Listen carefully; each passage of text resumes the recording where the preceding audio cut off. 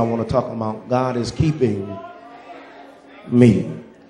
Can you say that with me? God is keeping me. Psalm 120 to 134, they are called songs of ascent because they were sung in sequence by the Israelites as they traveled to Jerusalem from their great festivals and religious holidays. And if you study their history and their custom, 3 times a year, a faithful Hebrew would make the trip. And this is a picture of them singing these 15 psalms, 120 to 134 in sequence. And the songs that they sung them on the road up to Jerusalem because Jerusalem is the highest city in Palestine. And so everyone who traveled there spent a lot of time ascending or walking up. And what I want you to see is that the ascent was not only literal, but it was a picture of a life lived pursuing God. Because one thing I've learned, my knowledge, is that a life, amen, with God is a life filled with progress, but you also will have some turbulent times and some setbacks. You will have some troubles, but you also will have some victories. But one thing I've learned is that God is always moving us up from one level of maturity to the next. Because some of you can testify, amen, God is moving you up because you don't think like you used to think. You don't act the way you used to act, and you don't look at your troubles like you used to look at them, because there was a time that some of us had trouble and we would have pity parties and we wanted people to feel sorry for us.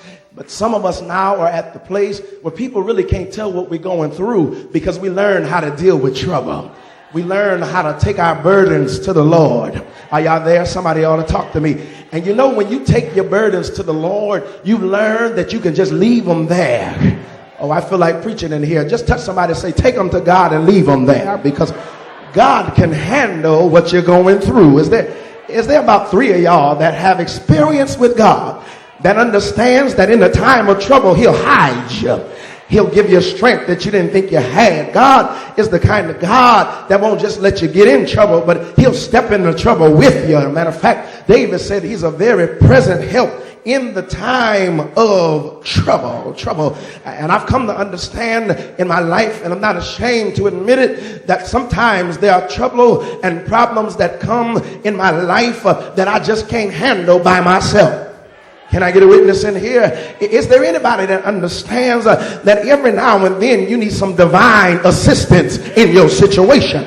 I know mama's prayers was good and daddy's prayers was good. Amen. But sometimes you say, God, I need you to show up, because if you don't show up, I'm going to lose it. I'm going to go crazy. Anybody not ashamed to say, I need God?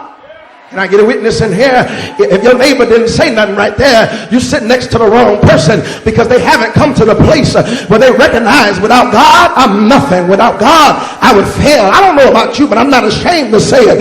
I have some problems. I have some mountains and some hills I have to go over sometime, and I get weary along the journey, and I've come to understand that I can't make it by myself. I need God to show up for me. I thank y'all for praying for me. I thank you for what you do for me, but every now and then I say, God, I need you to show up and let me know that you're with me, that you're walking with me, that you're talking with me, that you're leading and guiding. Anybody know what I'm talking about? And I've come to understand, when I call him, he answers prayer.